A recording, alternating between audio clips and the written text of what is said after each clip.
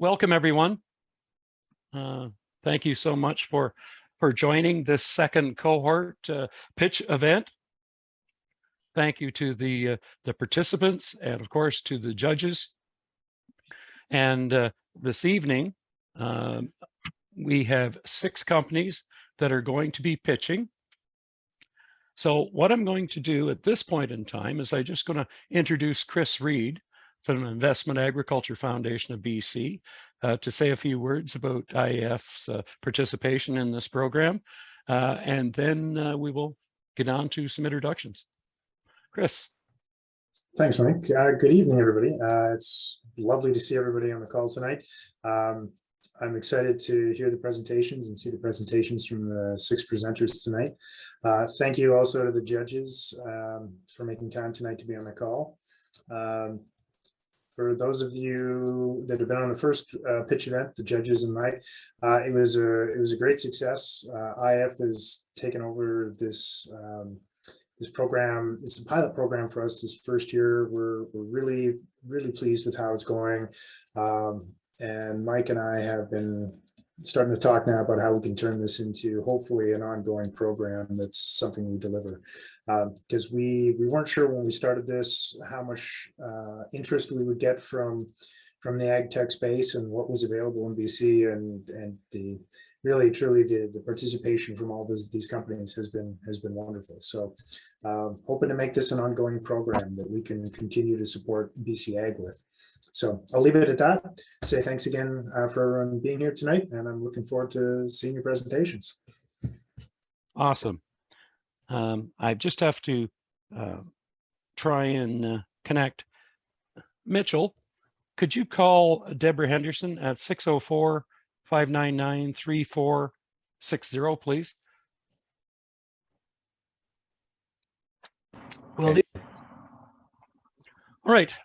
Okay. Thanks, Chris. That was great. Now, what I would like to do is to start on my screen with the Board of Advisors. And if you could just introduce yourselves and talk a little bit about how you've been involved with AgTech before. Sandra, you're first on my screen, so let's start with you. Sure. Okay. Great to be here. Hi, everyone. My name is Sandra Ware, 2-time entrepreneur, turned interim exec mentor advisor to startups and early stage companies. And that includes within the ag tech space. I met Mike at an ag tech accelerator quite a few years ago. And then this is my second round as a judge in the ag tech accelerator or ramp-up program. Super. Thanks, Sandra. Tom Urban. Hey everyone, Tom Urban. I spent a bunch of years on the operations side at ag, working for Pioneer Hybrid, selling seed corn to farmers, and then I came up to Vancouver to join a company selling seedlings to foresters. That company was sold a while ago, and for the last 10 years or so, I am doing a lot of investing, advising in early stage ag through the creative vehicle of Agribusiness Advisors. Excited to be here. This is my second one and love to hear the stories. Thanks, Tom. Dr. David Charest. Evening, everyone. Thanks for the invitation again, Mike. This is my second ramp-up event, and I'm a research and innovation manager at GenoBC. My focus is the agri-food space. It's a company that focuses on genomics and other technologies, and we have been strongly moving into the innovation and tech transfer space for some time. We work with small companies and industry associations, large and small. So, okay, and Jim Pratt. Hi, Jim Pratt. I'm CEO of a nutraceutical company right now. I've been in the space for probably 25 years in food manufacturing, was president of a botanical extraction company, do some angel investing, and I've been involved with both Innovate BC, their new venture competition, and Alberta Innovates, their Agritech stream. Super. And Rob Arthurs is on. Rob is one of our EIRs. Rob, you just want to introduce yourself? You're well known to the participants, but maybe not so much to the judges. Hey, everybody, welcome. I'm honored to be here. I spent 14 years with the Ministry of, I don't even know what it's called now. When I left, it was JTT. Today, it's something else. And I spent 14 years as the agri-food, and the 3 years before I left the government, I was the Agritech guy, helping ferret out and find what we were hearing about as Agritech. I left the government 3 years ago, went back to the private sector where I was headhunted from to help them with the food for the Olympics. And then now I go back into the Agritech space, and I was picked up the file again through the Dutch. The Dutch hired me to go out and find BC companies that the Canadian or the BC government knew nothing about. And hence, I found 35 of the coolest companies I've ever seen, and most people in the BC or the Canadian government knew nothing about them. So I'm loving the space. Thank you to Chris and his team for putting this together. Love it. Super. Thanks, Rob. And I'm just going to go over how the program is going to work this evening. All of the 6 companies that are here tonight have pre-recorded their pitches. They had up to 10 minutes to deliver a pre-recorded pitch. Once that pitch has played and we've had a chance to review it, they will then come on live and be asked questions by the judges. The program has actually consisted, and their program or their cohort, the second cohort, started on April the 28th this year. So the program basically is 5 different aspects. And what we do is one is called the customer readiness score. Another is market validation training, which is actually involved 3 days of actually training. Then we have mentorship, participation, and engagement with an EIR that we assign to them. And they also have to develop a go-to-market strategy before they are advanced into the final round, which is the pitch round. From the 9 original companies coming into the program, we narrowed it down to the 6 companies that you're going to be hearing from this evening. Of the total marking, the weighting for the pitch tonight represents 60% of their final score. So each of the judges tonight has a scoring sheet that they will be reusing to score each of the participants. And then after the program concludes tonight, we will amass those findings from each of the judges and then add them to the already scored matrix and come up with our 2 winners of the $25,000 each. So that is the program and how it will be working and how it will be scoring. So without any further ado, and perfect timing, Deborah has just joined us. So Deborah, just before we get started, do you want to introduce yourself as one of the judges, and then we will move right into the evening's activities. Okay, sorry about that. I tried and tried and tried, but now I'm here. Don't worry. We had several difficulties, and one of the things that we can put it down to is we do have an extra layer of security since some of the issues with hacking and that sort of thing, and although that makes us very safe from hacking, it sometimes makes it just safe from participants. Anyways, go ahead, Deborah. Okay. I'm Deborah Henderson, the Director of the Institute for Sustainable Horticulture at Kwantlen Polytechnic University. And I know a couple of you presenters, a few of you. Anyway, I'm glad I'm finally in. Awesome. So, okay. So we are going to start with above sensing. Hey, Mike. So when we sent a video, we sent a 1-minute promo video, and we were expecting to pitch live. So if that's okay. Okay, we gave you the chance to pre-record just as an advantage to you, but go ahead and pitch. Okay, but it works with conjunction with our video. So is it okay that I'll just start playing then, share my screen and do that? Mitchell, do you have his program? I do have the video. I'll play it for you. Go ahead. Smooth.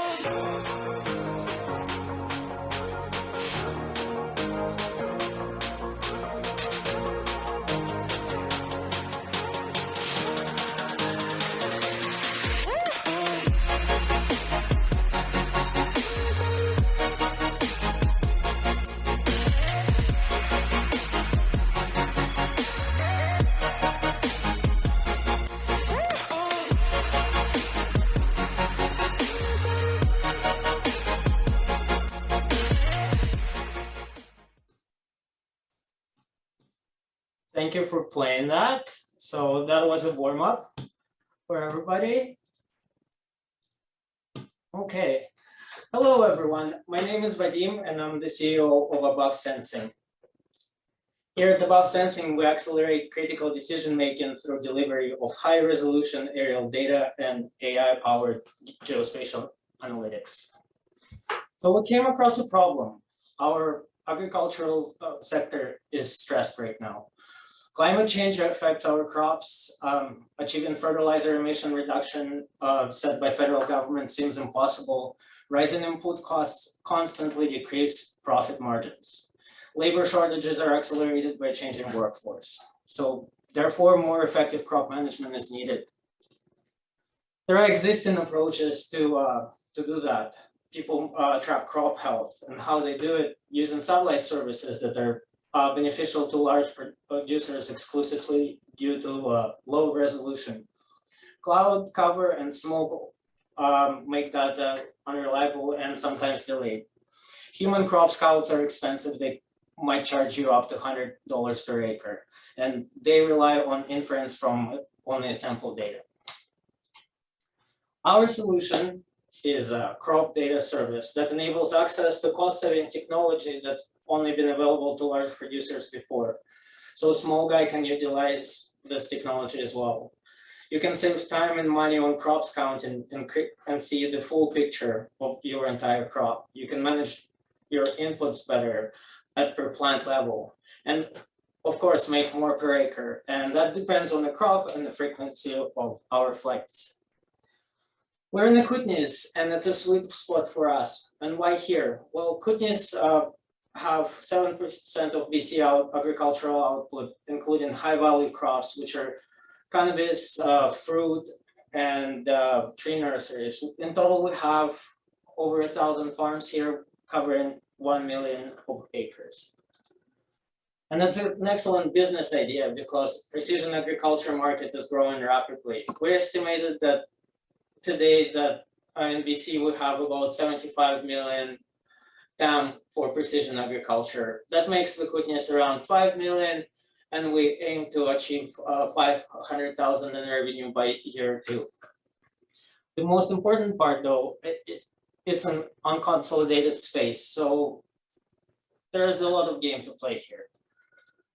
Our business model is as is. So we're selling software and drone as a service, where we selling seasonal subscription to farm collaborations so they can access the data that we offer. How are we different from everybody else? Well, first of all, we're first to market in the Kootenays. There is no one like Above Sensing here, and nobody offers a service like this. We have higher coverage than any other drone company in the region. We have higher resolution than satellite services. We offer 20 spectral indices to make your decision, and we offer actionable data. let's talk about company traction so far. We couldn't do it alone, and we created a number of partnerships with post-secondary institutions. We were lucky to receive several grants that helped us to create our platform and make it possible. We received some angel investment that allowed us to purchase our equipment and get in the game. We're in revenue since July 2022, and we're already making money. How are we going to take it to the next level? Our goals are not set in kidneys. We're going to prove ourselves in our region next year by selling farm subscriptions. Then we're going to move on to East Kootenay region, the Okanagan, the Peace region, and Fraser Valley, and rapidly expand into Western Canada and nationally through owner-operator model.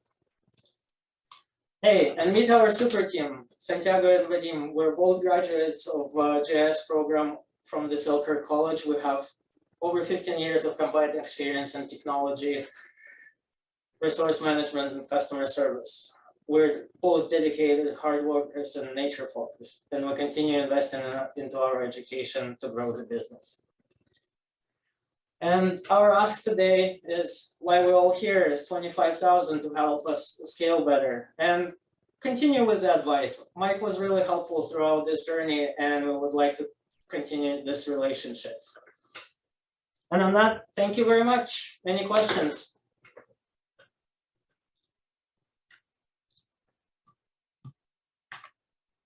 Thanks, Vadim. Okay, judges, questions. Who wants to start? Go ahead, Deborah. There we Hi. go. I'd love to know what you say you've got these 20 like wavelength bands, and what kind of information can you give growers? Exactly. More details. More details. Okay, so we have a multispectral sensor that provides us with plant health information. So for example, we can tell which parts of your field need fertilization and where it's underwater, and for many other, we can count your plants, we can yield estimate, and numerous other things. Does that answer your question? Yeah. And what are the growers finding is the most important thing when you offer them, and where do their eyes light up? Well, because everyone's spending an insane amount of money on fertilizer, just knowing that they can apply things where they need to and avoid things where they can save the fertilizer, that's exciting. Cherry producers, for instance, are very concerned about pests and powdery mildew. So multispectral imagery allows you to detect early onset of disease in plants. So, and they spend crazy amount of money per tree trying to prevent diseases. So everybody has different ask from this technology. But overall, it's reducing the inputs and managing your property better. Can I ask another question? Go ahead. I know you talked about scouting. I have a lot of experience with that. How does it compare with scouting? Because I know there are scouting companies in the Okanagan. Maybe not the Kootenays, but have you got maybe a direct comparison of? Well, we know that humans charge about $100 per acre per season for a 3 seasonal support. We offer a slightly different service. It's more like where you have a full picture of your crop, and then the specialist can assess the problem even further. So we direct them to the place where the attention is needed. So are the consultants working with that data, or the farmers working with that data? Both. We're looking to sell to both, yes. Okay, thank you. Okay, Tom. Oh, there we go. Thank you for that. you said something that certainly caught my attention, which is that we are in revenue and making money. So tell us a little bit about that. How many customers do you have? What are you actually charging them, and how's that going?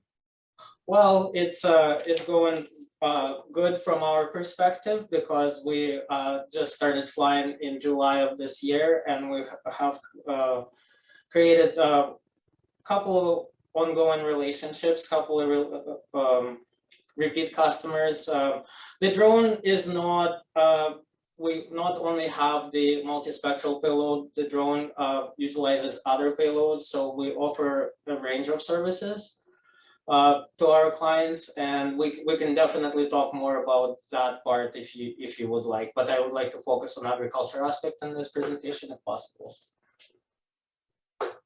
Sure. Could you be more specific? How many customers do you actually have, and what are they paying?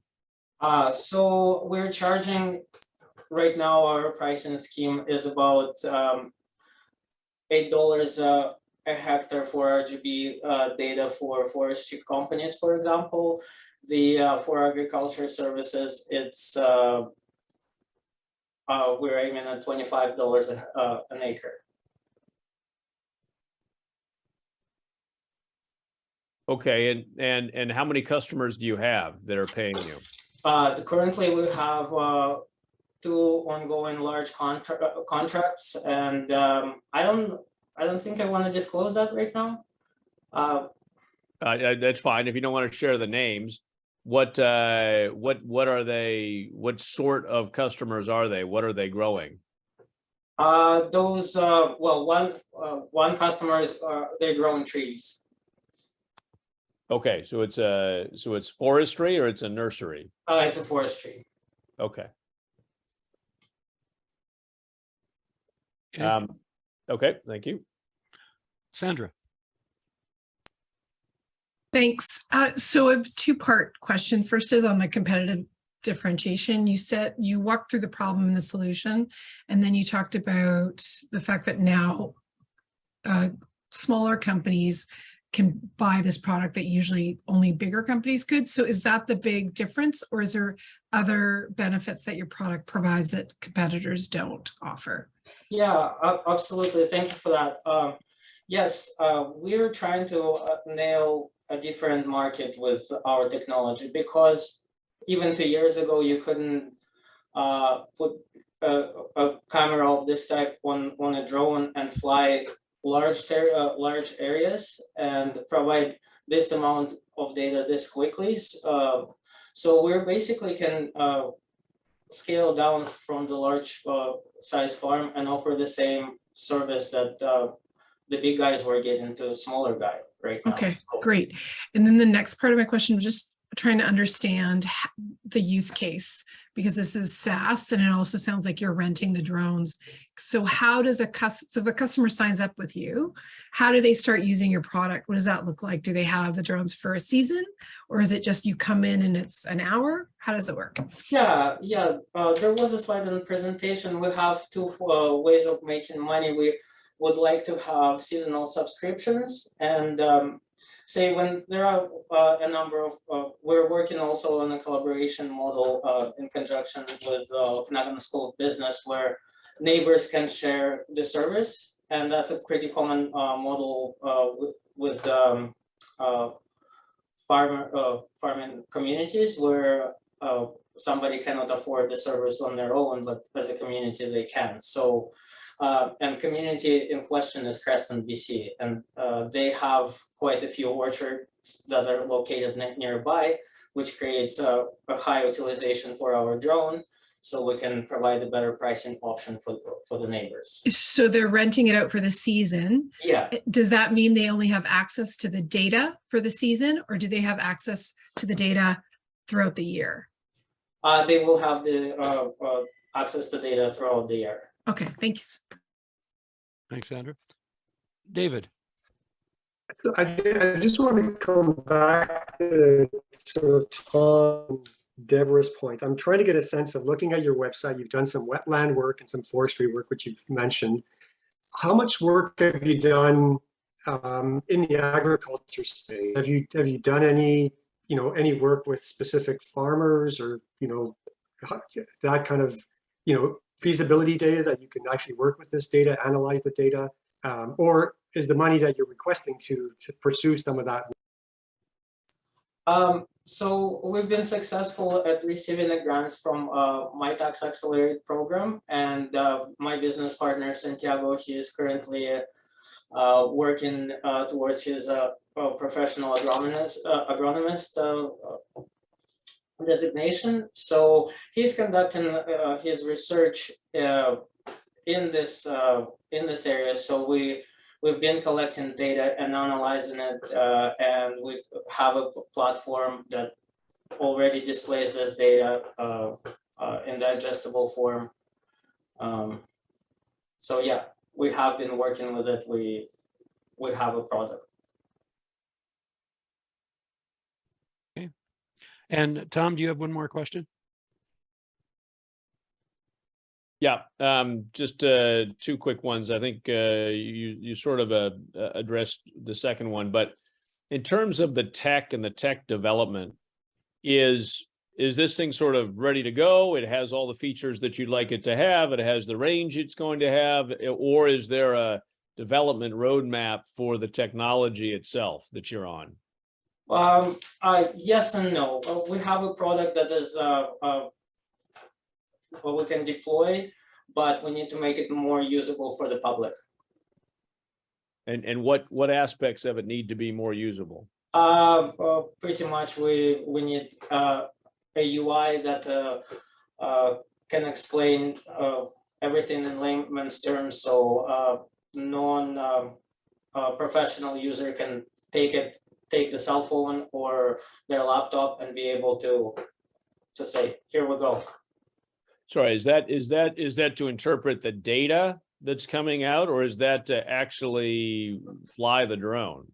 No, the drone is flying. The data is getting processed. The data is getting processed. You can see all the results we needed to make it in a human usable form, as in so any person could pick up a phone, log into their account, and was able to get all the information that they need. So it needs to become well, basically we need to develop a user interface for a product. Okay, thank you. Okay, I just have time for two quick questions. We just have a minute left. Deborah, do you want to go ahead? It was kind of along the same lines. I was wondering who was interpreting the data, but it seems like you've got user interface to develop to interpret the data. And I was wondering, I thought it might be really helpful if you could show us what the interface looks like, in your marketing material, but maybe you haven't got that far yet. Yes, I could share the screen quickly. And so this is one of our sample farms. We have our platform that we call Map in Nature, and we have quite a few indices that it produces, and every single thing means a different part. And yeah, we're going to have to wrap this one up because we're just about out of time. So thank you, Vadim. We're going to move on now to our next pitch is from Circular Harvest and Chad Bowman. Chad, go ahead. All right, I think our video is there to play as our pitch.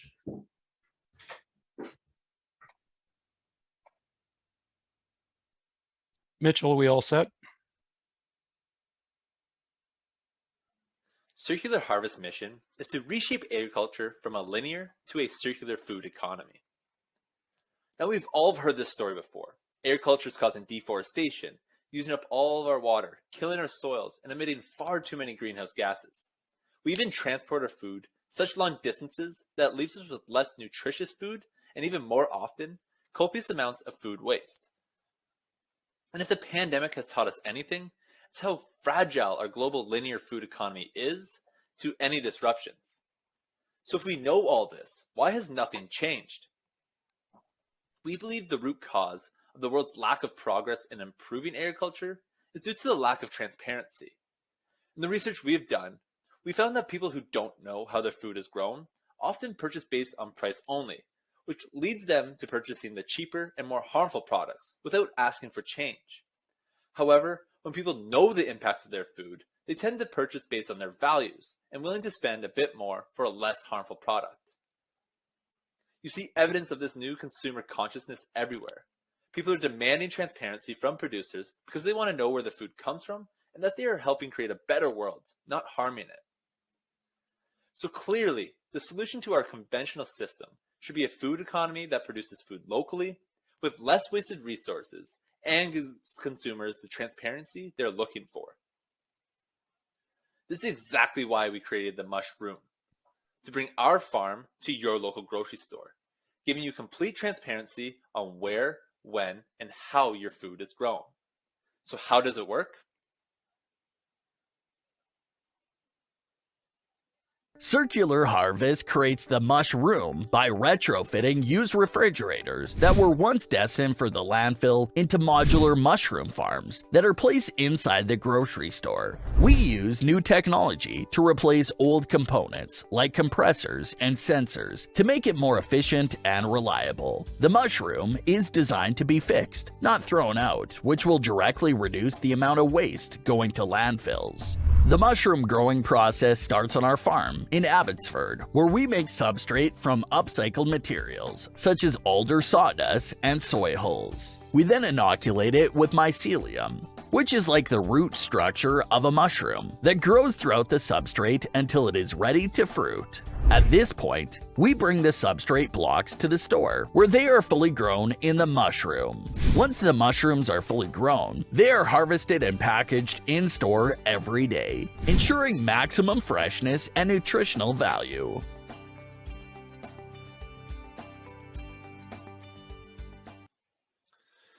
The current functional mushroom market is valued at $9.3 billion and is expected to be worth $22 billion by the year 2032.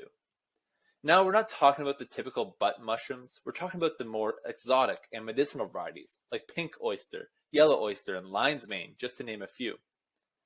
These mushrooms are currently only found at farmers markets or in grow-at-home kits because of the short shelf life, making it infeasible for grocery stores to carry them until now. So the main barriers to entry for us will be gaining physical space in stores and educating the public on gourmet mushrooms.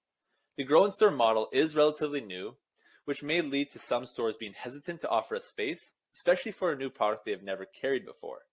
However, we know the demand already exists, since we have spent the last year selling our grow kits at farmers markets all over BC and talking with our customers to understand their desire for mushrooms. If you need more proof of the market demand, you can find it by analyzing our two biggest competitors, InFarm and Smallhold.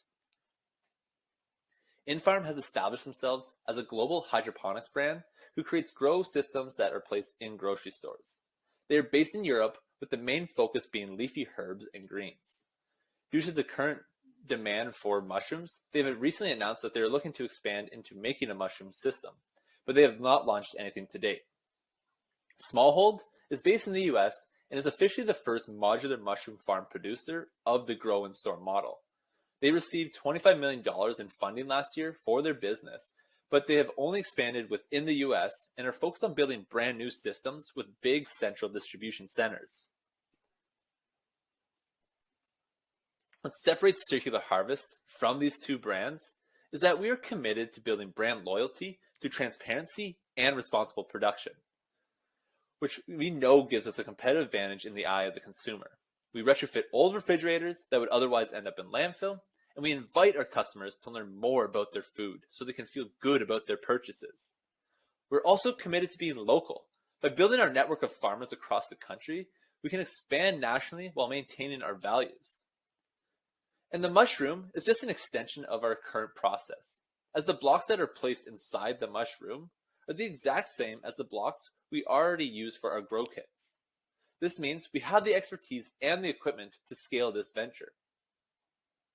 So our initial target market will be grocery stores, since they already have broken fridges that can be upcycled into a mushroom.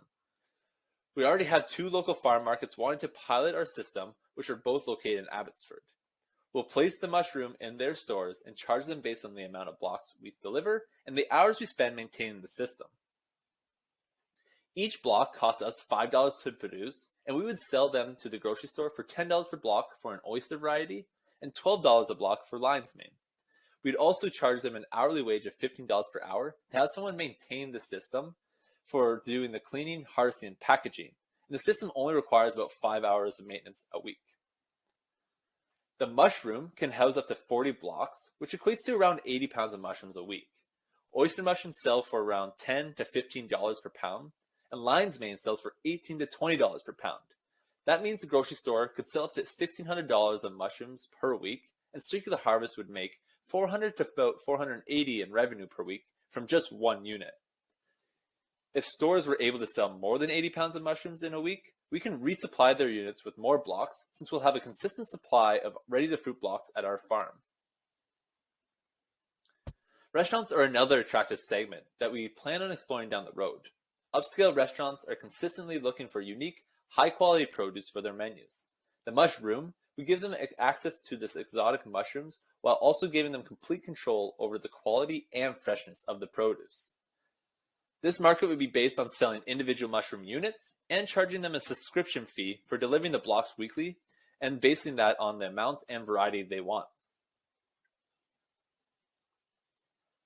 So far, we have raised $30,000 in funding for the mushroom and have spent $2,500 to build that minimal viable product.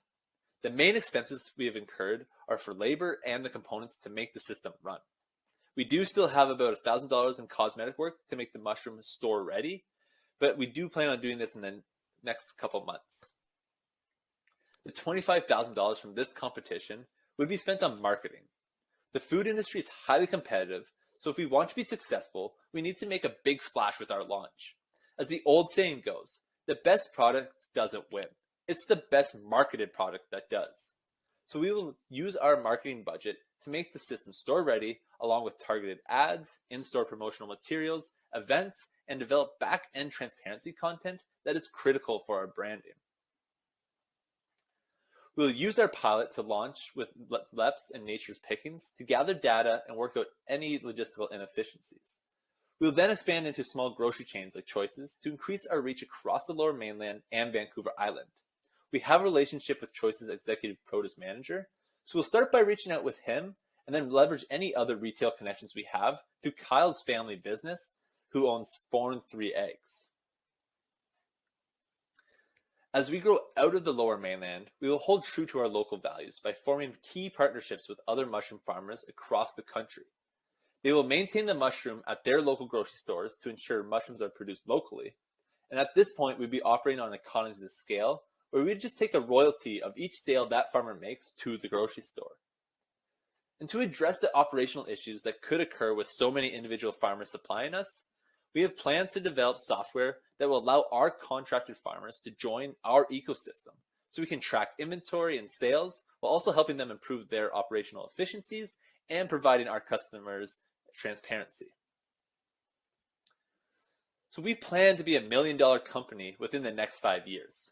Looking at our market, this is quite feasible since between just these few chains, we have a potential revenue of nearly $1 million per year. This projection is based on only selling 40 blocks per week for only $10 per block, which means these are very conservative numbers because they don't even account for other revenue sources like restaurants and our already successful Grow Kit business. We are confident we will be successful since we've spent the last year talking with our customers at farmers markets to understand their wants and needs. We know people want mushrooms, and we know people want products that are good for their health and the planet's. So if we want to change agriculture from its wasteful, inefficient ways to be more local, circular, and transparent, the solution is clearly Circular Harvest. Thank you. Okay, thanks, Chad. And I see Sandra's hand up first. Sandra, go ahead. Okay, thanks, Mike. Thanks for that. So I wanted a clarification and then just some questions. So first off, just understand you're taking old fridges, upcycling them, and you're getting them either at the retailer or from a consumer. Correct so far? Mhm. Okay, and then you're getting the blocks, which is where the mushrooms are growing, and you're gonna keep them in the fridge to grow and make money off the sale of those mushrooms, correct? Yeah, so we'll make money off selling the actual block, Right? and the grocery store will make money on the sale of the mushrooms. Yeah, okay, yeah. And then what I didn't see was anything around inventory, like costs and accessed inventory. How are you going to store it, move it, that kind of stuff? That was one. And then the other thing that I was curious about was the space. So you've already signed up 2 grocers, let's call them, but I'm curious about space because you're essentially requiring new space in locations that usually value, shelf space, right? And you're asking for quite a bit of space. I'm just curious how that's going to be overcome. So to address the inventory, so we already have a grow kit business that uses the exact same product that we'll be putting inside the mushroom. So we have about, what is it, 5,000 square feet, 5,000 square foot barn, and we already stock. We can stock already 1,000 blocks in our barn right now. I was referring to the fridges. Oh, yeah. Okay. Sorry, So I should have clarified. Yeah, so we're trying to do like more just in time. So every week we'll have somebody maintain the system, and they'll be resupplying it every week or whenever they run out. And then the 2 stores have not addressed us or have not brought up the topic of paying for that state or that space it's taking up. They were just kind of more head over heels about the idea rather than thinking about that space and charging us for that, because we're going to own the system and then just charge them for the or just charging them for the blocks. We're not going to sell the system to grocery stores because they already play on such small margins.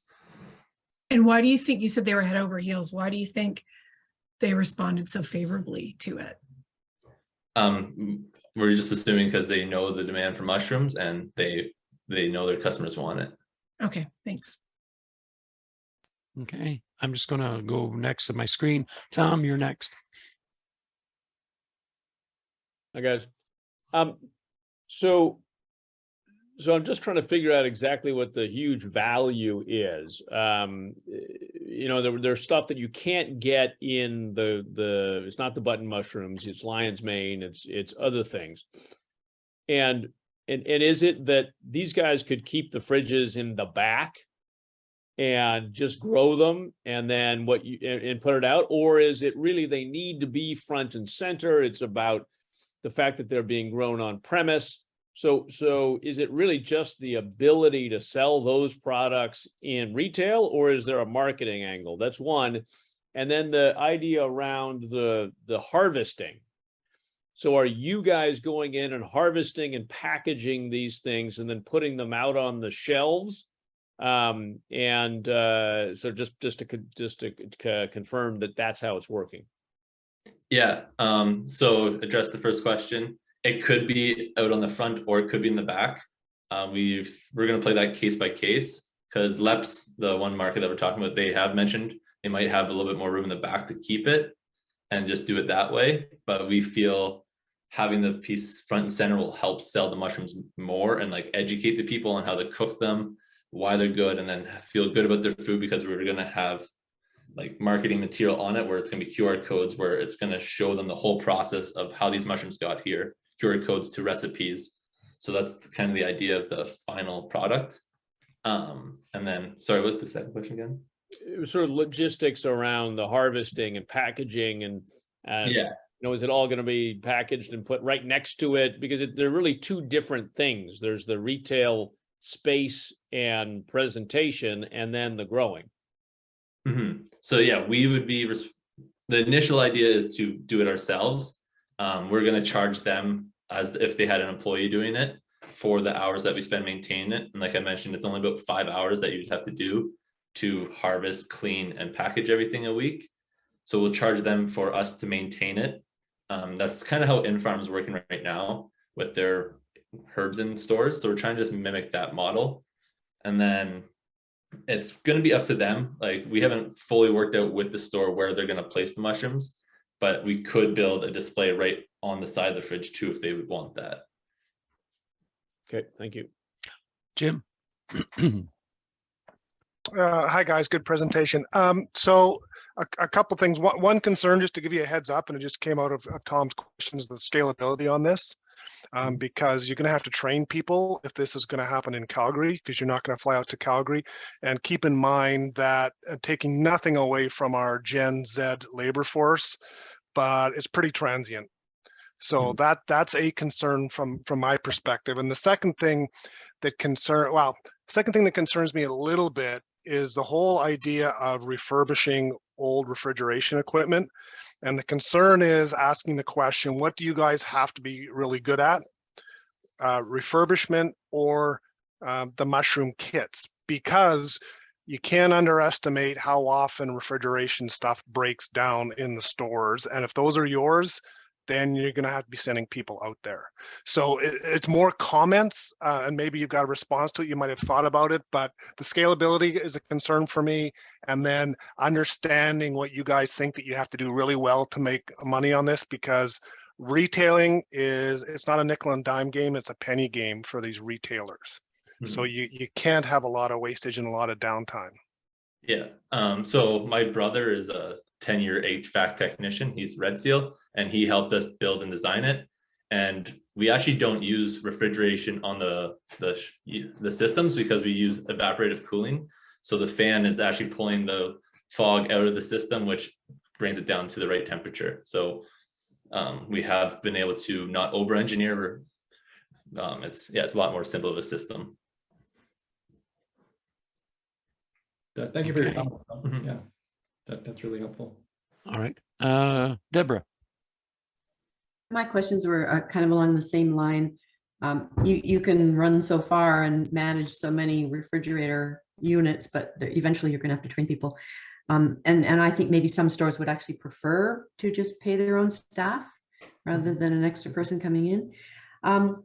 But tell me again, what's the environment like inside that chamber? Because I think that's important. It isn't refrigerated, as you say, but it has to be moist, correct? Yeah, so we have a fogging system in there. So what we are doing is we're making sure the whole system is going to be plastic and rust proof.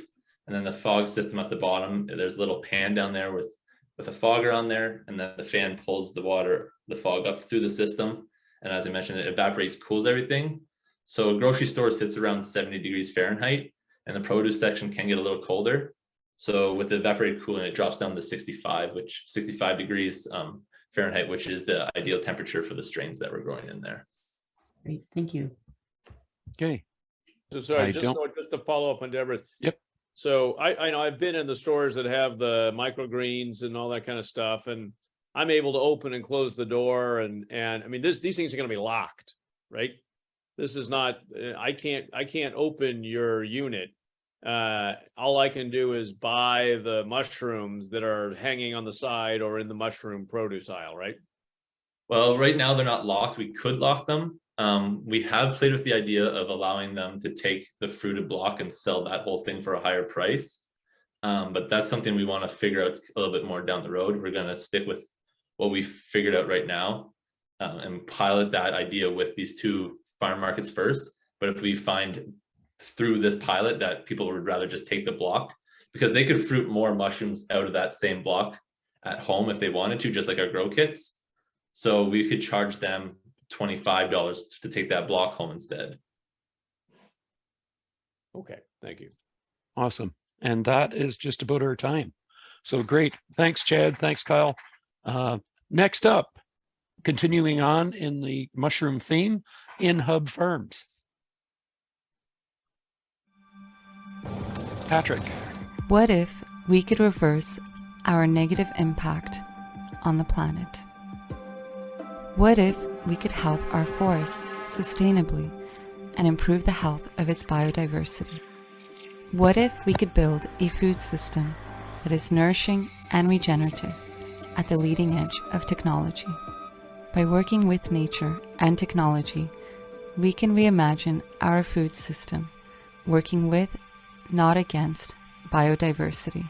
A healthy food system starts with agriculture that is in harmony with the planet, that is traceable, local, and grows food that is good for the planet and its people. We believe in a future that preserves and regenerates natural resources, actively contributing to the health of people, our forests, and our ecosystems. I'm Patrick Lemieux, CEO of InHub Farms. We are growing a network of smart farms in every city, creating a new, healthy, local food supply. We grow mushrooms that are meatier and that literally taste twice as good and have twice the shelf life. My background is in the telecom industry, where I was part of a small team building a world-renowned telecom company all the way to its exit. During those years, I also developed a passion for growing mushrooms and have over 20 years of experience in mycology and industrial automation.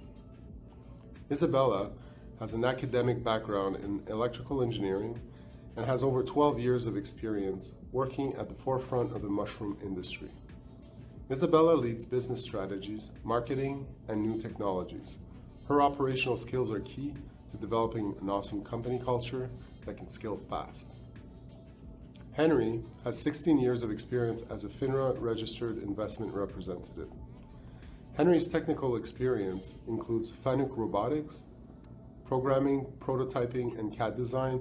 He also assisted in digital CAD design for large multi-billion-dollar infrastructure projects, such as Hyperloop. Mushroom demand is booming, but the supply is shrinking. Prices have gone up 40% in the last year. Supply is down for the first time in at least 10 years. Some farms are adding tech to mushroom growing, but the method of growing on shells hasn't changed. It's labor intensive and inefficient. Farms are reliant on sawdust from mills or ready to grow imported sawdust bags. The supply of sawdust is shrinking and overseas shipping has become expensive. The shelf life is around 7 days, so they don't come very fresh. This leads to a lot of food waste. We grow better mushrooms that are just like the ones that grow in nature. Our automated cloud-connected stack farming units maximize growth space and utilize autonomous logistics operations. We grow mushrooms on trees that we sustainably harvest doing government-supported forest improvements. Our mushrooms have 2 times the shelf life. That's 14 days. This eliminates food waste and spoilage. We use 99% less plastic. Growing mushrooms out of sawdust bags creates a lot of plastic waste. Our tech kicks the bags. We use 99% less energy. Bags of sawdust need to be heat sterilized. Our growing process doesn't require mass sterilization. Our mushrooms are grown on clean, sustainably harvested trees, certified organic, and are grown next door where you are. We offer organic shiitake that we like to call mushroom steak, organic blue oyster mushrooms, bacon's cousin, and organic lion's mane, the taste that makes you smart.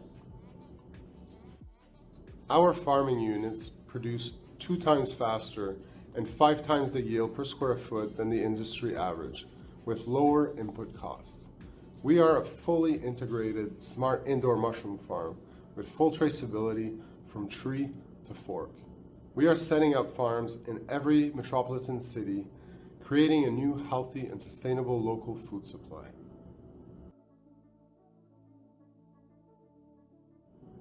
Small Hole, based out of the US, grows mushrooms in sawdust bags on shelves, which is labor intensive and inefficient. We've taken out the labor and can grow 5 times more per square foot. In-farm is currently hydroponics driven for leafy greens. We are fully integrated and driven for mushroom cultivation, redefining the industry standard of quality and yield. Many farms import ready-to-grow sawdust bags from China and then market the mushrooms as Canada or US grown. We have full traceability from tree to fork. The total market size is $50 billion. The total addressable market is $20 billion. Our goal is to bring awesome mushrooms to every metropolitan area worldwide. Costco is demanding Canada-grown organic shiitake. We have an LOI from their distributor for $110,000 in monthly revenue. Due to a 4-day shelf life, Costco cannot carry oyster mushrooms. We will be doing a 3-month trial in Costco with our 14-day shelf life oyster mushrooms. Rising in demand and similar in taste and texture to crab or lobster, we will take a dominant presence in the North American supply chain of lion's mane. We've completed the pilot. We're ready to scale. We have raised $1.5 million in funding. We have been granted a forestry license with the Ministry of Forests. We have completed our pilot operation and proved the model. We have received $300K in government-funded financial support for R&D through SHRED. We have an LOI for the purchase of 6,000 pounds a month of organic shiitake mushrooms. Our target is to set up the first local farm in the Vancouver metropolitan area. We sell to grocery chains, local home delivery grocers, and produce distributors. Our mushrooms have 2 times the shelf life, are locally grown, and sell for going market price. We will be setting up farms in 13 locations across Canada and the US. The first location will be in Vancouver, then Seattle. Our lab and forestry activities at our current location in the Okanagan will supply all of the West Coast. We're currently raising $4 million for 18 months of runway to set up the first local farm in the Vancouver area and track to $235K in monthly revenue.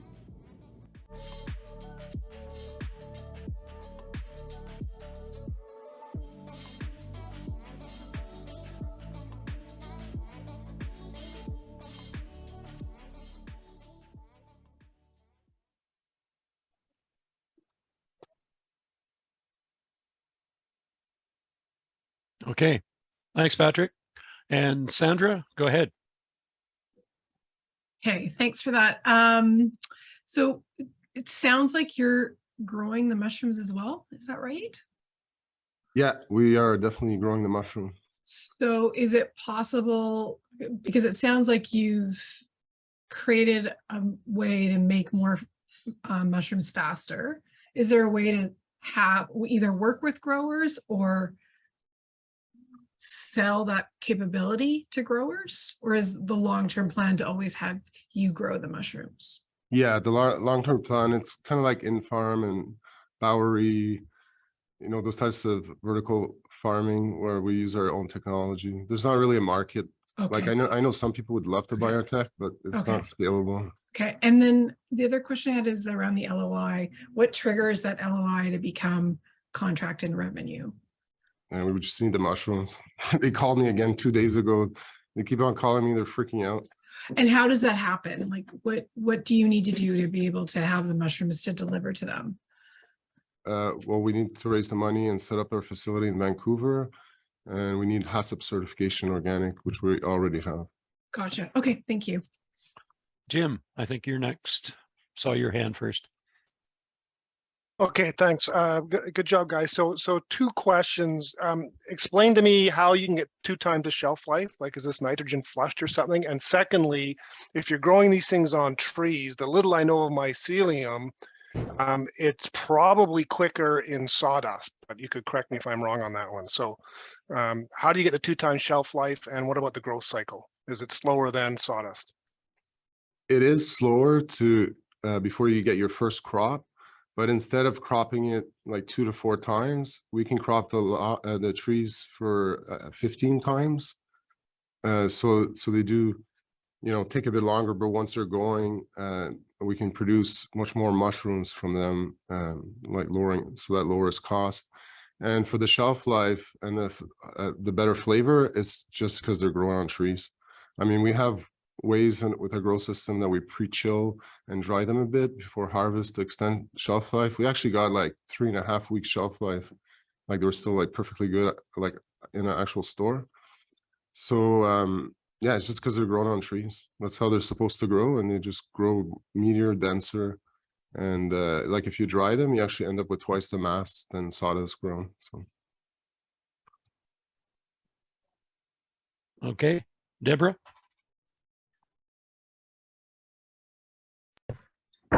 Thank you. So Patrick, it looked like there was an arm at the very end. Have you automated picking? Or what's automated in your process? Well, we've automated everything except the harvesting, and that's our next 12-month plan, and we're already talking to the Simon Fraser University through their sandbox program to help us fund that initiative. And that's a picking arm or something? Yeah. That you're going after? Yeah. Okay. Thank you. Or with a vision system. David? I'm curious, so you're going to open up perhaps your first unit here in Vancouver, and you want to expand quick to Seattle and other parts of Canada and North America. What's the cost of one of these units, and will that cost come down over the short, medium, or long term, or is that something that you still haven't, I'm just kind of curious to see how that's going to roll out.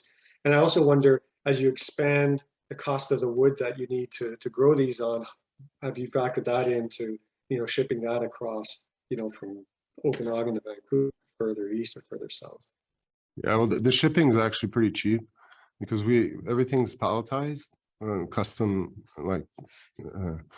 units to make them palletized, so they're easy to transport with regular freight. The cost of the wood is very, very low. We have a license from the Ministry of Forests, so we're paying basically the same as what mills pay, but the diameter and type of trees we use are non-commercial value, so it's really, really affordable for us. And for the facilities in the farm in Vancouver is going to be 10,000 square feet. We're budgeting 4 million, but there's a lot of R&D like for the picking, automating the picking, which is the last part of our process that we need to automate. And then, but we could probably pull it off with like 2.5 million. Once we're rolling, and we've already opened a few facilities. That's like the cost. But Seattle, we plan on going to 40,000 square feet, and we're budgeting 12 million. But that's pretty generous. Probably once again, like we've done it a bunch of times, and we got the team to scale. We can pull it off with like probably 8 million. Okay. I'm going to go back to Tom. Thanks. So the whole Costco thing is very impressive. Considering you're not at scale with the tech at this point, what was the basis upon which Costco said, I want your mushroom? So I guess you had a pilot scale or a desktop or some kind of theory. And then what gave them the confidence that you could actually scale, or do they care? Well, we have one full unit functioning, so we have like real life pilot. It's not like desk; it's full on with like moves like forklifts, and we're actually very advanced. We have the manufacturing done overseas, so we have manufacturers to manufacture our equipment cost efficiently. And Costco right now, they're being supplied by mushrooms grown in the USA, and they're grown off sawdust blocks that are imported from China. So traceability is really terrible. That's a big issue in the industry. So they're really excited about what we're doing, and yeah, they love the story. I'll do a last odd question. Why do you need 25 grand? You can't do anything with 25 grand that you need to do. You can survive and raise money. We've been through a lot, man. We need that 25 grand would like really help extend our runway so that we can raise the 4 million. We've been through some rough times. How long would the 25 grand extend your runway? Good, like 3 months. Okay, thank you. Okay, Deborah. Yeah, just a quick one. What happens to your logs after 15 harvests? What do you do with them? Good question. We do sell some logs to people so they can grow at home. We just started now. We're in 15 stores. So like after the 15 harvests, they will still produce. They're just not going to be at their peak of production, so they can be sold for people to experience growing at home. But the main use is by that time they become very, very spongy and like they just fall apart in your fingers. So we're going to mulch it and sell it to farmers as an organic amendment for soil. Okay, Jim. What, if any, IP do you have on this? Like, how long will it take before someone jumps into this because you're doing it on trees rather than sawdust? Help me out there. Well, we have a fully automated process for inoculation, for everything except, like I said, the harvesting, which we're doing soon. We use like high-end robotics and the cloud PLCs. Like a control system has like 150 relays and sensors. It's very complex, and we're like, probably 10 years ahead of anyone who wants to like try and tackle that challenge, from harvesting the wood to all the different processes. We've been doing this for a long time and have many years of R&D gone into this, and we've been keeping the tech as an industrial secret.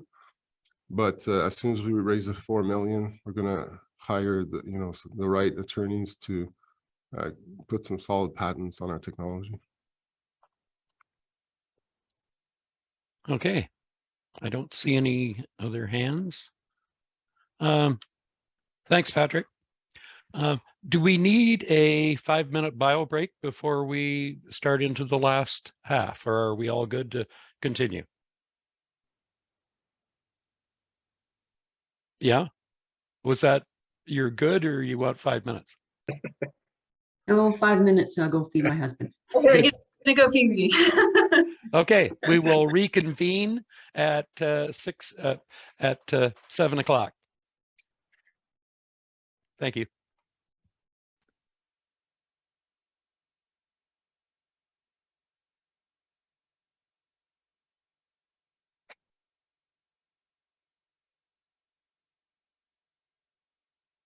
Okay, we'll just wait for everybody to get back on screen, and then we'll resume.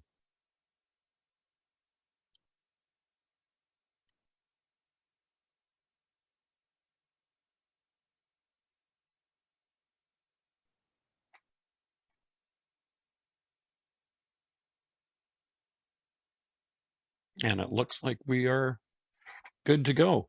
Okay, up next we have Nature Recombined, and Guan Lim is our presenter. Go ahead. Welcome, everyone. My name is Ming. I'm the co-founder and COO of Nature Recombined Sciences. We're a BC-based biotechnology company that focuses on developing natural antimicrobial solutions. So our company's vision is to drive to innovate, develop, and distribute natural, functional botanical extracts that are powered by nature and backed by science for a better and sustainable Earth. So as we all have experienced firsthand the global COVID pandemic, that we all have seen how much damage this tiny little pathogen can do.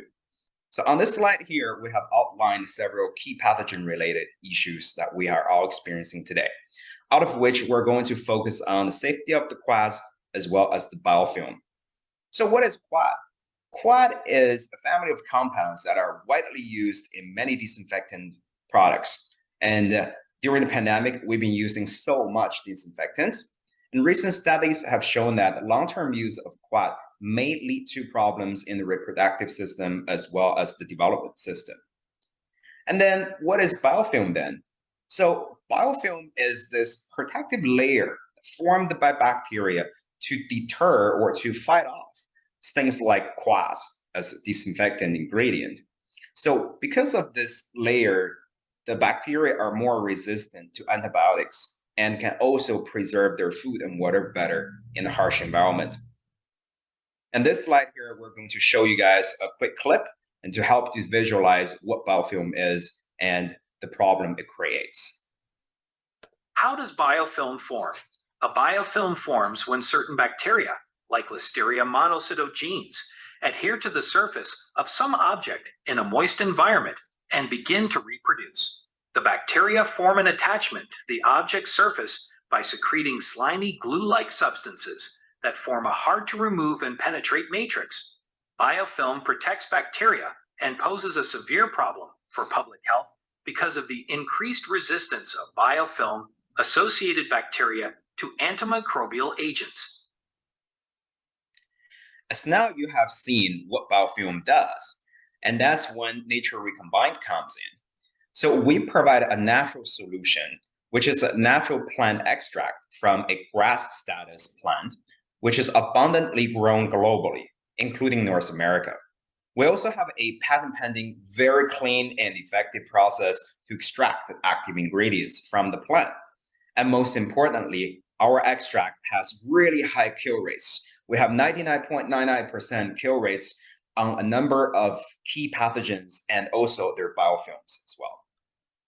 So out of all of the pathogens that we have scanned through, we have studied, we came to decide that the first pathogen we'd like to work on would be Listeria and its biofilms. So Listeria is a pretty serious health threat, and it causes severe food poisoning and also huge financial loss for the food processors. So that would be the first immediate market we're going to target.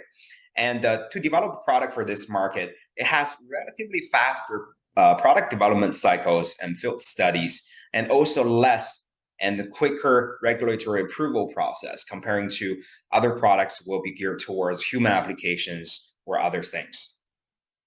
So now let's take a look at how big this market is. So in 2022, the global market for biopesticide is $8.7 billion, and this market is growing at a fast rate of 14% CAGR. And then within it, the global natural antimicrobial market is also projected to grow over $1 billion in 2027. And the growth rate for that sector is also fairly fast at 7.3% CAGR.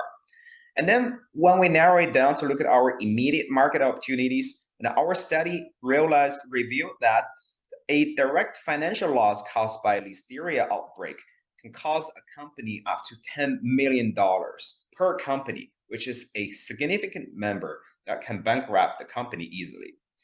So in North America, there's over 42,000 food processors, out of which a good percentage of these processors will have to deal daily with these pathogens and pathogen issues. And then on the other side, when we look at how the organic food sector has been growing, because our product, other than it could be used as a disinfectant product, it could also be used as a natural preservative product. And that sector has been growing very healthy in the last few years. Of course, we also predict that this sector will continue to grow strongly in years to come. The other side of our market research that allows us to validate our intended products in the market. We surveyed a number of companies from BC all the way to Ontario and received really overboard warm welcomes for a product like this. So we put together a key profiles for potential customers, and then which allowed us to really narrow it down to work with mushroom processors and other high-risk food processing facilities as our entry to the market. And then when it comes to the business models of the company, we have two streams. One would be manufacturing the products through contract manufacturer organizations and distribute the products through distributors. The second would be to license our IP's formulation, for example, to bigger players in the market. So we'll stay as a B2B company, and for both the products and formulations, we have a clear plan how we would like to utilize these and get the products or the IPs to generate revenue for the company. After that, we also did some SWOT analysis to better understand where Nature Recombined sits in this industry right now. We have a very strong, cohesive team when it comes to R&D and management. We have this amazing natural product, which is anti-biofilm, and the application is very wide. However, we're a young business. We require more talents, experienced people to help us develop the business. And currently we're pre-revenue, but we hope to achieve positive revenue and profit starting from 2024. The opportunities lying in front of us are many of different opportunities, but priorities would be the food processors and organic food producers. We would love to geared towards getting a no rinse limit and anti-biofilm claim for our products, because as we're aware, there's not a single natural product in the market has these claims on it. The threats in the industry right now mostly come from the bigger players in the market, or other startup companies may want to do something similar.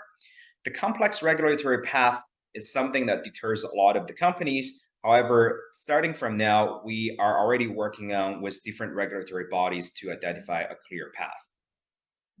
So what is our product comparing to competition's products? We believe our products are very versatile, and our ingredient is organic and natural. We have a very cheap and cost-effective way to extract the key ingredients. And like we always try to remind people, is the extremely high kill rates our product has towards different pathogens and their biofilms. So far to date, Nature Recombine has raised $700,000, and by year end, we plan to raise another $300,000. Then from inception to date, and also for the next year, we're going to continue to spend majority of investment into developing the products and getting the regulatory approval package put together to get product launched. And we plan to be revenue positive from 2024. And currently, Nature Recombine plans to raise another $600,000 within the next year, whereas half of it from the private investment and the other half from government fundings. We're also eligible business corporation in BC, which is a good news for all the BC investors, because that means a 30% tax rebate the year after you invest in us. Other governments that are helping us to fund the projects includes MyTax and Natural Products Canada. And we plan to exit through acquisitions by companies like P&G when we can achieve that no rinse limit and anti-biofilm label claims.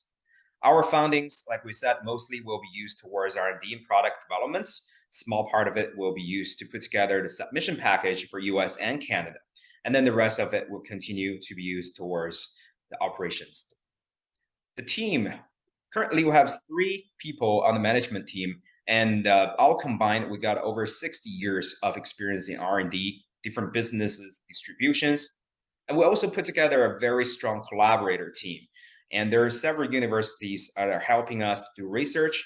And we also have key top agriculture consultants from Canada on our team, and very experienced corporate legal lawyer. To sum it up, Nature Recombine is a 2-year-old eligible business corporation in BC. We have an amazing natural solutions, natural antimicrobial products that we'll plan to launch to the market. Right now, we have 2 key patents that are pending, and our first market would be the Listeria and its biofilm, and for the food processors. So with that being said, thank you so much for listening to our presentation. If you have any questions, please feel free to reach out to Guan, our CEO, and his contact information are listed here. Thank you.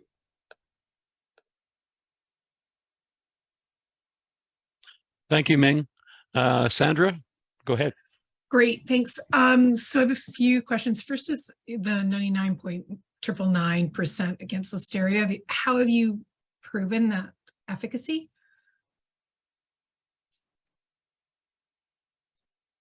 Can you hear me? Sorry, I just logged back in. Okay.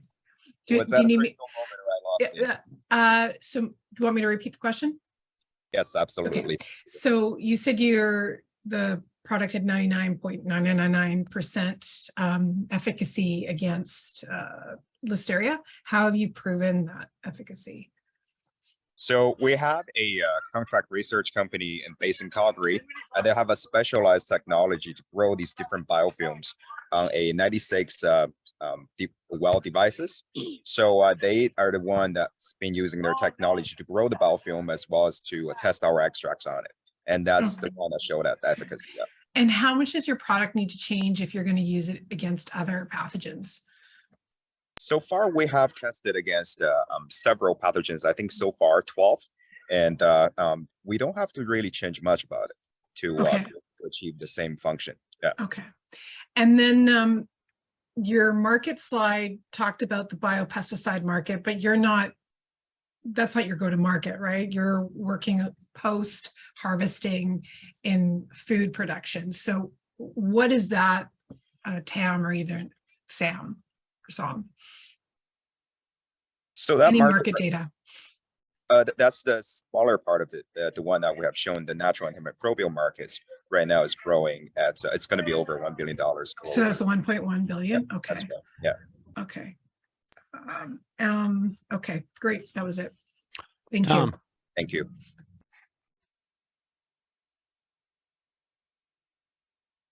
I enjoyed that presentation. Two quick questions. Maybe I missed it, but did you say that the natural compound itself was already considered grass? So the plant itself is considered having grass status. So it also has been consumed by humans over thousands of years. Canada has a monograph on it. However, the application is not towards using it as an antimicrobial solution. Okay, so that's why the regulatory pathway is so long. Correct. Yeah, because for certain applications that we're pursuing, it will be considered as a pesticide. So it will be managed under the PMRA Department Division within Health Canada. Yeah. Yep. And my other question is, how'd you find it? How do we find it? Plant, or how do we find it? Well, how did you figure out that the plant, it kills listeria? Okay, so several years ago, this plant was used as a surrogate or a control plant of some other plant studies that we were doing at the time. And then because they were just sharing the same family. And then we were screening just against a wide panel of different bacteria. And then the listeria was included as one of the targets that we were screening. Yeah, we were screening some gram-positive bacteria, and we chose some other gram-negative bacteria as the targets, and the listeria just happened to be a member of the gram-positives. Okay, and you're not at liberty to tell us what this plant is? We'll be happy to share more information once there's certain interest, and then we can engage in a NDA. And yeah. Okay, thank you. Jim. Yeah, thanks. Good presentation. So what is the patent pending on? Is it on the extraction process, or is it in the compound that you've developed from it? Correct. So we have two pending patents right now. The first one is on extraction process. The second one is the application for use. And that one is actually for another pathogen that we recently discovered our extract can work on. And that particular one is actually even more exciting. But again, we would like to share more. So two patents, one is on the extraction process, one is on the application of use. And so just to push a bit on the extraction process, you mentioned water. Is there, like, what other solvents are used, or like, I used to work for a company that it was just water extraction with pressure. And so I'm just worried about patent infringement. Like, what makes your extraction process with water and something else different than what's happening out there? Mm-hmm. Yeah, no, that's a fair question. So it's water. However, we are at this time right now is a provisional patent. So at 1 year mark, we will still be able to decide whether we'd like to just file this as a PCT patent, or would like to keep it as a trade secret, or find other means to protect just the extraction process. However, down the road, it really is the formulation itself that really matters. So then for key formulations, and then we get to decide if we could pursue a patent with that. Yeah. David. A couple of questions around regulatory approval. So you're looking, so it looks like, or sounded like, a time frame of 2024 for launch. Is that with full regulatory approval at that stage? And how does the no rinse limit and the anti-biofilm claims fit into that regulatory process? Is that additional year, 2 years? Is it because it's not been done? Are you breaking new ground here? That's quite a bit longer to do that, working with the regulatory people to understand what those steps might be. Can you just kind of elaborate a bit on that? Yeah, great question, David. Thanks.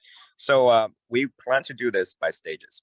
So the anti-biofilm and the no rinse limit will be the holy grail for the company. And then prior to that, we'd like to bring a product into the market as a sanitizer. And then from that, we'd like to achieve revenue. And then based on that, we'd like to build up the case and then go towards that holy, the final goal. And by the time that we reach the final goal, and we believe that's really when the product and the company also becomes very, very valuable. Do you have any early discussions with regulatory people of what that might look like in the time frame, or is that still to be determined? Yeah, we just emailed Health Canada and the Natural Product Directory Division to line up a pre-submission meeting. So we're just now waiting to hear back from them with a time, and then we'll go into the meeting, ask all these questions. Yeah. Deborah. I mean, what is your product challenge now? I know all about the registration piece, but what are you? Is it formulation? Is it scale up of getting the extracts, or what is your product challenge right now? I would say the product challenge mostly. Sorry, I'm gonna get my kids soccer practice. There's a single dad who can't find a nanny. Yeah. Anyhow. So the main challenge right now, I would say, would be around shelf life. And I know that prior to talking to you today, and we were saying that our product was really amazing against the gram-positive bacteria, but not so much against gram-negatives. However, just in the last month or so, our collaboration with University of Manitoba had already provided us with a formulation. Now it's also very effective against gram-negatives. We tested on Salmonella and E. coli. So now the unknown in the past was about the shelf life of it. And now, but we also have already developed a formulation, we have tested for 2 months now, and the shelf life has been stable with that formulation. So now it's more like, can we extend it to 6 months? Can we extend it to a year? And then that's something that we're actively testing up. Yeah. Great, thank you. No worries. Okay. Thanks so much, Ming. Just one more question, if I could. Sorry. Yes, David, go ahead. That's fine. I'm curious, have you tested any of your extracts on fungi? Yes, we have. We tested it on several different fungi, actually, with Dr. Deborah Henderson. So far, our first generation formulation was not very effective against the fungi. However, since then, the University of Manitoba developed this second formulation for us, which is good against both gram-positive and negative now, and we are thinking to circulate, come back to test on several fungi. Actually, the another key ingredient that they helped us to put together into the second generation formulation itself actually showed decent efficacy against a certain fungi. So now we're curious, with that formulation, with the other thing that we have, the natural plant extract that we have, is it also very effective against fungi or not? So excellent. And that's our time. Thank you, Ming. Thank you. Okay, up next we have Marie-Eve Arsenault from Smithereens Mushroom. Go ahead, Marie-Eve. Is mushroom a superfood? Yes. Lion's mane supplements and shroom-based food products are trending. Mushroom consumption is definitely booming. The power of mushroom is impressive, with benefits encompassing boost immunity, increased energy, enhanced mood, and more. They are also proven to be highly beneficial in building immunity, managing weight, and minimizing the risk of various chronic disease among the benefits. I am Marie-Eve Arsenault, co-founder of Smithereens with Alexis Gallus. Our venture all started with the love and passion of one simple mushroom, a smart mushroom called the lion's mane. In my family, early onset Alzheimer's disease is expected. So we start looking at ways to prevent and protect myself against age-related cognitive decline. We discovered the wonderful lion's mane, and our research found that lion's mane is best known for improving memory and concentration and encouraging a healthy nervous and immune system. Smithereens is a boutique mushroom farm that grows consistent, vertical, high-quality mushrooms inside recycled shipping containers year-round. The structure can be moved, and we can easily add any additional square footage to the facility as we grow. Our mushrooms are grown in a sterile and controlled environment on a substrate that is recycled into compost. All our unsold fresh produce is processed on site in our CFIA licensed kitchen, and we build the farm in a function that we can grow and process all in one location. At Smithereens, We focus on Cordyceps militaris and lion's mane for medicinal mushroom. We offer a wide selection of gourmet like chestnut, black poplar, shiitake, oysters, and the Ericium. Smithereens offers shelf-stable products like mushroom pâté, risotto mix, cooking salt, and mushroom coffee. We extract the medicinal compound of the lion's mane and Cordyceps militaris into powder or dual extraction. For products like our risotto and the pâté, clients must purchase other ingredients, which turn into additional sales at the retailer store. Consumers wish for food security and sustainability, which is now a concern for most of us, especially in remote locations. We sustained significant food delivery interruption over the past several years due to many perils from climate emergency and disruption from our supply chain. We realized that we don't have much control over our food system. Most gourmet medicinal mushrooms come from outside the country. They are grown in countries like China or Korea, where they do not have the same standard of care. As mushroom farming is labor intensive, it can be challenging for Canadian companies to compete with the rest of the world. But consumers want to know where their products originate, and they desire to purchase local food products, but it's not always available. The food and beverage industry is growing, and it is hard to get fresh produce year-round from local producers in an area like Northern BC. Finding good quality lion's mane and other gourmet mushrooms at your local grocer can be challenging. Mushrooms are such a delicate fresh produce with a short shelf life. As consumers desire food security, Smithereens can provide high-quality products from BC. Consumers want to know what they eat and its benefit of it. So we offer a world of flavor and texture right here in BC. For our clients on Highway 16, our fresh produce have longer shelf life as they travel from our farm to the retailers or distribution center. Smithereens farm facility was designed to focus on low energy consumption for the farm operation and grow with less space and labor. Our farm does not have any food wastage with our unsold crops. Our solution is to process our unsold fresh produce on-site into delicious functional vegetarian food. We're now coming to a new era called the shroom boom, where consumers are cutting down their meat intake and vegetarians and vegans are growing in number. They are looking for something other than tofu for protein intake, and mushrooms are growing in popularity as they are mineral-rich and packed with protein and vitamins. As mushrooms are an excellent meat substitute, our lion's mane and the other mushrooms are processed into food, and we can offer a wide range of shroom food products. Unlike some of our competitors, which grow only in the summer, we grow indoors and can provide year-round produce. In addition, we use 100% fruiting body for all our products. As a result, we offer higher quality mushrooms and consistency. We also carry $5 million in liability products insurance and hold a CFIA license that permit us to sell and export our fresh and processed products to retailers and distributors outside the province in Canada. We know the mushroom industry has changed over the last 20 years. While the total quantity has remained relatively stable, the number of agaricus producers has been largely outnumbered by the number of specialty growers. There was also an increase in the domestic price specialty mushroom.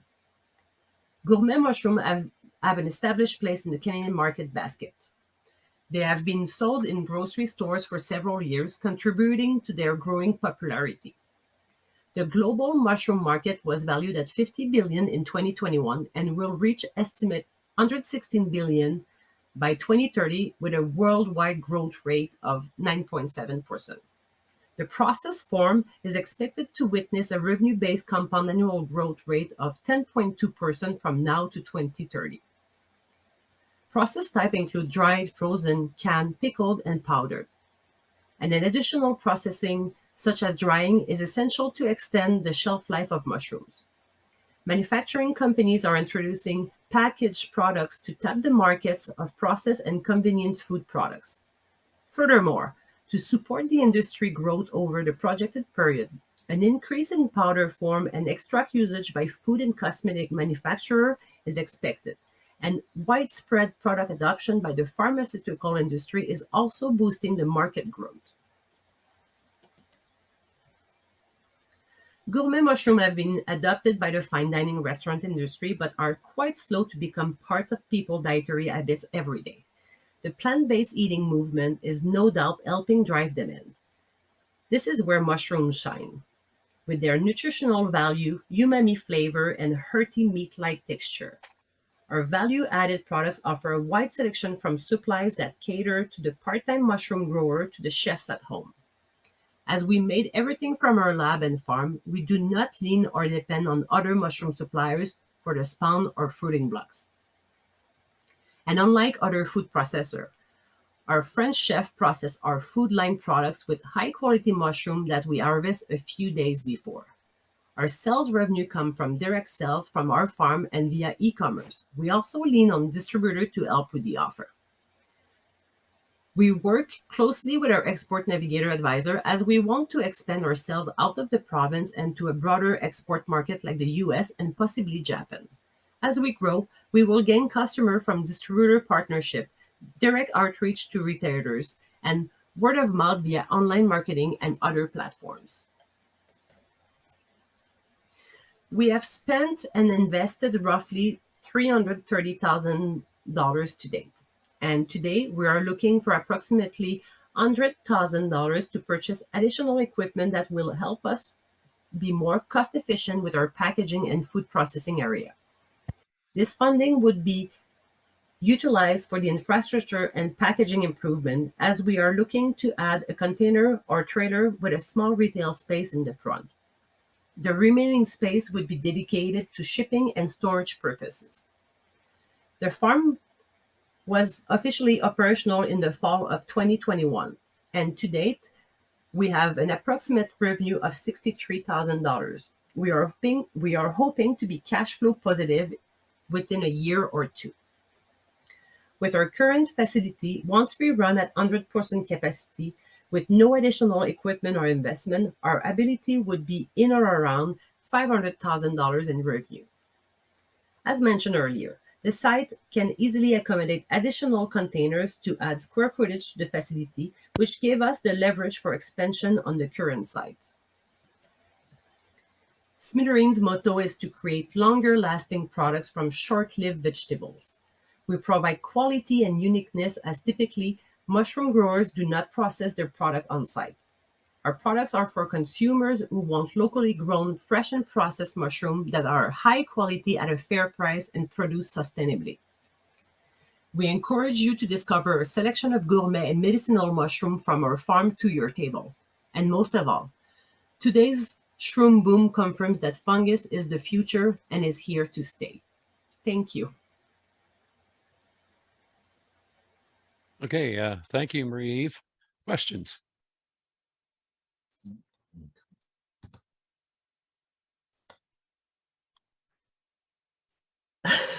No questions?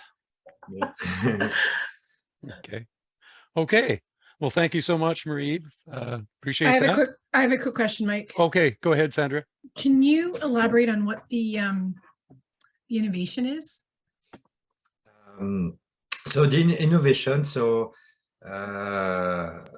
it's quite a lot of innovation we did in the process. So we're able to grow more than 600 pounds of mushroom a week in less than 100,000 square feet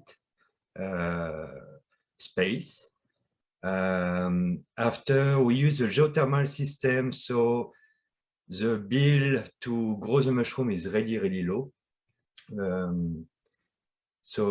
Because we have to change the air of the floating room all the time during the winter and summer for the mushroom. So the geothermal system make us like really, really affordable and cheap.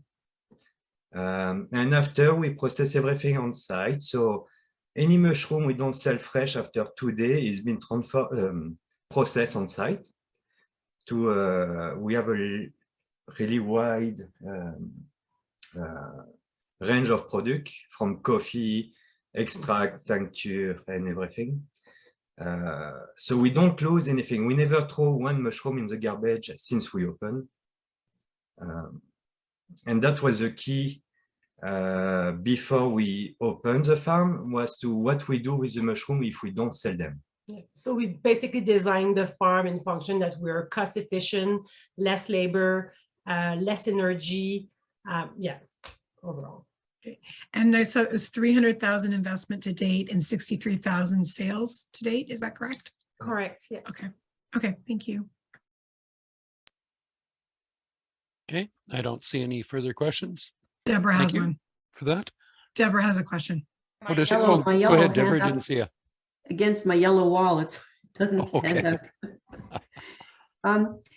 Yeah, so I'm really curious about this -40 to +40 and how do you manage the energy? You said geothermal, but are you just in a good spot for geothermal, or Yes, so, what's your secret? yeah, we are on a flooding area or property. So only 7 feet below is the water level of the river. So I installed 900 feet of pipe underground with a geothermal system, and only a simple pump and 2 air exchange can do the can fill up, the floating room for the winter. Last winter, we've been able to go by -40, and this summer by 40 degrees with no problem. Wow. Yeah. So my next question probably answers itself. My question was, are you planning to grow on site? But I think probably with those kinds of numbers for your energy, you are. You're not. Are you? Or do you plan to expand elsewhere? For now, we try to have at least an office and a retail space on the site. Yeah, go ahead. Yeah, sorry. Yeah, so for right now, we are just planning here, but the concept by himself, it's easy. It's easily like you can copy it easily for another site, definitely. But it's made for Northern BC basically right now. But we can move anywhere if we want, and we can dismantle the facility and put it on trailers and move it down south if we want to. Great, thank you. Super, thank you. Okay, next I up. just have one question, Mike, related to Oh, that. I'm sorry, I'm really Yes, missing the Thanks questions for here. the presentation. I keep jumping in at the last minute, sorry. No worries. Is there interest across the north and in other northern communities? It seems like a unique opportunity to bring fresh food to others across the north where there may be. We don't know yet, but yeah, we'd like to expand because I work a lot on the project, just how to be efficient and how to grow a lot of mushroom in a really small space. And I'd like to be able to expand that in small village where they don't have access. And I'm a chef from trade, and since I live in Smithers, I realize sometimes you don't have access to food because the highway closed for the fire or the flood or something, and we have nothing at all. And in the winter here, it's really difficult to have any food. If it's not coming from Mexico or California, you have nothing. So for me, it was really important to find something you can grow during the winter when it's like -40 outside, and something you don't need a lot of energy, because if you spend a lot of energy, it makes no sense to grow anything. So mushroom is really good because you can grow mushroom if it's only 2 degrees Celsius. If they don't freeze, they grow. So it's really easy to produce that. Okay. Thank you very much. Okay, next we have Spencer Sarin with Stoits, I'm sorry. Go ahead, Spencer. It is my absolute pleasure to introduce you to a new tool to enhance innovation in agriculture, Stoits, strategic science-based resources to aid in the development and discovery of new products and processes. I'm Dr. Spencer Sarin, and today I'm joined by my co-founder, Dr. Fraser Pick. The strength of Stoits begins with its people. We are academics. Our team is built on 2 PhDs in chemistry. Both founders were then awarded postdoctoral fellowships from MyTax to perform multi-year targeted academic industry collaborative projects. We are industry experts. Our team has developed and managed private scientific laboratories, including labs that receive ISO 17025 accreditation, the highest standard for testing and calibration. As consultants, we are in the food and beverage industry and have more than 10 years of collective experience with a specialization in safety and processing. We are government funding recipients. Our work in project design has led to funding under provincial and federal streams and led to more than $1 million in non-dilutive funding for our clients. As a company, we have a specific goal: harness innovation to create meaningful change. We do so by looking at models that have worked internationally, specifically the triple helix system. Every day, amazing things are achieved within industry, academia, and government. But these helices operate in silos, rarely collaborating and rarely leveraging the strengths that are within the other groups. Real development, real innovation occurs in the intersection of these three groups. This is where the expertise of our people come to shine, and this is where Spoits operates. Our specific focus as a company is sustainable agriculture to help Canada meet its net zero promise. Our current work as a company is around project design. To give you an idea, let's look at the 4 stages of any successful project. All great projects start with a great idea. We work with clients with lots of ideas, but minimal resources to realize them. As a service provider, we are able to offer targeted academic topic research, operation audits that help identify pain points and opportunities for innovation, and objective simplification. Often there's lots of great things they want to do, but where is the best place to start? Armed with a strong idea, it's time to make a plan. Spoits works with a client to generate a concise, objective-driven work plan. Our expertise within government, academia, and industry allow us to identify project activities that will strengthen a work plan and make it easier to communicate to potential partners or funders. Funding is often the crucial step to realize large projects with meaningful scopes, especially when testing and research personnel are involved. Currently, there is a major push for innovation in the food and beverage industries so that we can improve Canada's food security and bolster our economy. Spoits has experience in grant writing so that a work plan can be tailored to meet these local and federal incentives. Further, we work with our clients to find strategic partnerships, pilot facilities, and tax incentives to further reduce the burden of the large scope of these projects. Once funded, it's time to build. Often, there are a number of contractors that need to be managed and reports that need to be written to satisfy the requirements of lenders and ensure that timelines and objectives are met. Spoits can take care of project management. This includes reporting and coordination with research partners so that you can focus on making an awesome project. Let's see how Spoits has helped one of our first clients, Cascadia Seaweed. My name is Bill Collins. I'm chair of Cascadia Seaweed. Cascadia Seaweed is growing to be the largest cultivator of ocean seaweed in North America and beyond. The goal when we started Cascadia was to basically pull together the opportunity for coastal economic development in British Columbia. It was to be able to create an enterprise that delivers value in a climate crisis, whereby what we will do will benefit not only the products to which our seaweed enters or becomes, but it will actually support coastal ecosystems as it grows. One of the market verticals that we, from a very early start, looked at was in the world of agriculture. Most specifically, following work done by many veterinarians through the auspices of the World Wildlife Fund, we discovered that certain seaweeds can bring significant benefits to animal agriculture through enteric methane reduction, feed conversion efficiency, and also animal health.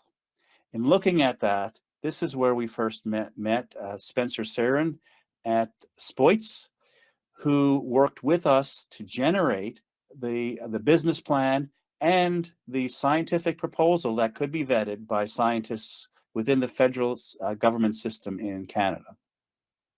Spoits helped us work through the plan such that we were successful in delivering a plan of science and engineering to prove the value of our seaweed in its greenhouse gas reductions and animal health and agricultural productivity through the use of seaweed. So the real value here is that not only were we gaining expertise in animal nutrition and testing and all the necessary requirements to build out a proper business plan, well vetted, but we got much more than that, because sitting around the table, new ideas come through, which allows us to build for projects and for products beyond the scope of what we were dealing with right away. And that is the net buyer benefit that Cascadia Seaweed is held by working closely with Spoits, and we endorse what they do, and we would say we have much more work to do in reaching Canada's net zero targets in the world of agriculture. Now that you've actually seen what Spoits does and how we impact our clients, I want to briefly describe how we actually make money. A typical project breakdown is shown below. Now obviously every project is different, but this model is based on over 10 years of experience working on research projects and represents what we think is a typical breakdown. The main areas where Spoits generates revenue are project management, contracted services, reporting, and administration.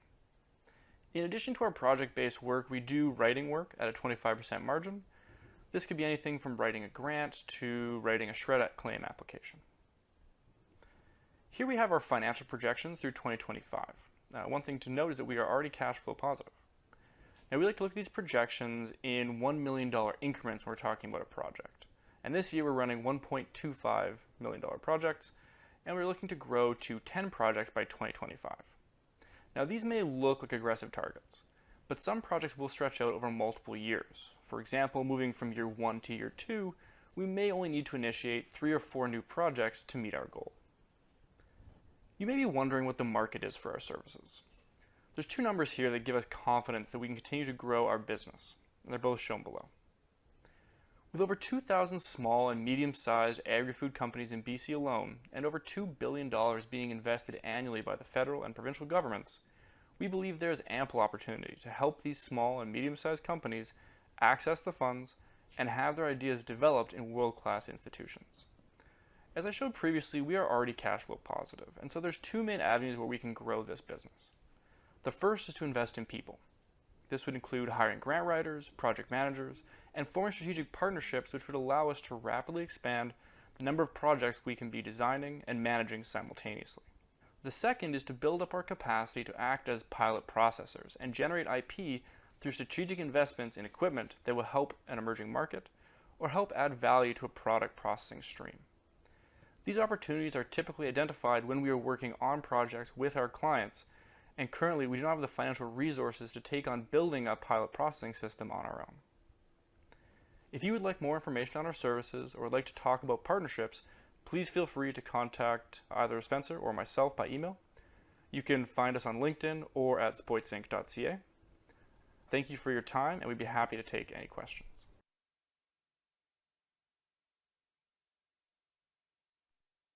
Thank you, Spencer. Questions? I just saw a hand. Who we got there? Go ahead, Jim. Thanks, Spencer. Interesting project. Are you familiar with the BC Center for Agritech Innovation out of Simon Fraser that just got launched?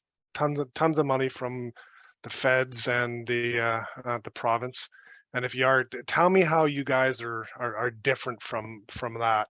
And I'll leave unsaid my displeasure with governments trying to do what you guys are doing.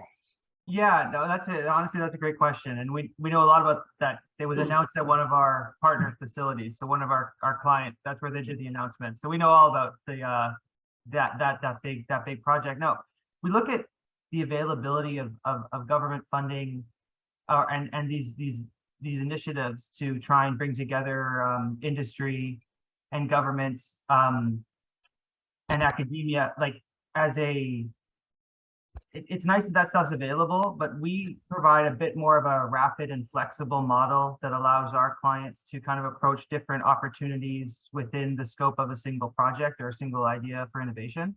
So while they can be aligned with an SFU innovator hub or whatever incubator, we don't just work with one kind of incubator, but more so try and find a number of opportunities that will allow for the same kind of results and not limit the scope of where we work with.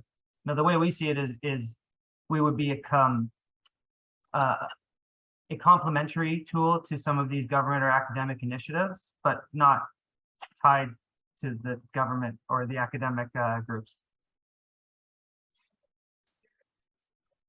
Okay. Okay, Deborah. Sounds like you do a lot of the same things I do. And so do you have facilities of your own? You say you do some contract research, and like that's pretty expensive to maintain. So you didn't talk about that at all. How do you manage that? Right now, it's strictly partnerships through 5 or 6 years. You know, we've worked in private labs. We're obviously still tied to UBC, our alma mater, and you know, kind of across Canada, different universities. And we're building up our capacity within you know, the AAFC and other government-related research kind of facilities. So I'm not about to build a lab as a company with 2 people in it. It's that's not what we're doing. What we want to do is find the best lab that's already doing that work and help our clients find them. And that's not easy to do in our experience with some of these people. You know, I get phone calls, people being like, "Oh, how do we test for pesticides? What's the best option?" You know, well, let me show you 3 labs and let's talk about, you know, what you're testing and the best way to sample. That's some of the stuff we do. Thank you. David? Thanks for the presentation. I had a question in terms of your revenue. Being a funder, getting funding is a bit of a mug's game, and you know, doing all the upfront work and getting approval at the back end is not always straightforward, and investments can, you know, of time and resources eat up a lot of your kinds of profits. Do you have any services or activities where you get upfront fees for contract work or, you know, that kind of thing? Or do you have that planned in your revenue model going forward, where you kind of offset some of those higher risk, you know, funding applications? Yeah, well, one of the fun things about being almost a research provider, in not that we own a lab or have access to that, but that we can interpret results coming from a lab, the results of a project once it's funded, is when we fund a project or the development of a work plan that will be then turned into a grant or an application, that's a fee for service. So we're going to do that for a cost, but part of the advantage of working with us is we're going to write ourselves into the grant as the contract service provider for management and other research services. So if the grant doesn't succeed, which we've been quite fortunate in our success rate with grants, but of course they don't always go, we're still going to make sort of a marginal revenue through grant writing. And that's, you know, one of the reasons it's nice to connect with people on this call, is if we can expand our capacity to do more grant writing services, that's great. But where we get excited is once the grant goes, once the project is funded, now it's time to build, right? That's the big exciting part. And then that's where our real opportunities for revenue are there. But even as a work plan development service, we see a real advantage to our clients to have a comprehensive work plan related to a particular specific target. And that's something we can generate through our services. Just one follow-up question. Do you see yourselves doing all the grant writing, or do you see having a group of consultants who can work with you on the grant writing portion, perhaps on the fee for service or some other model? Grant writing would be subcontracted by our company. Absolutely. We wouldn't be putting a lot of our personal time and resources into that. We'd rather be interpreting kind of the result and the final value of that data and trying to generate IP for our clients from that. Just to follow up on that, I think like we're aiming to hire or at least get a good contracted grant writer within the next 3 or 4 months, just to be able to grow that side of the business a little bit more. Currently, we just don't have the hours in the day to write that many grants. And so that'll be in the next 3 to 6 months.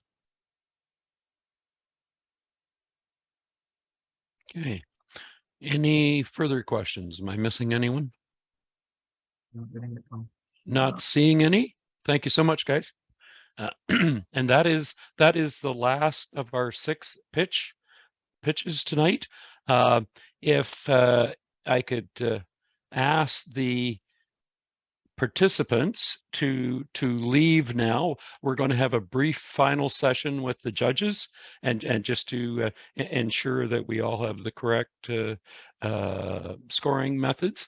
And but again, to all the companies, thank you so much for your presentations tonight, and we will be back to you in not too distant future.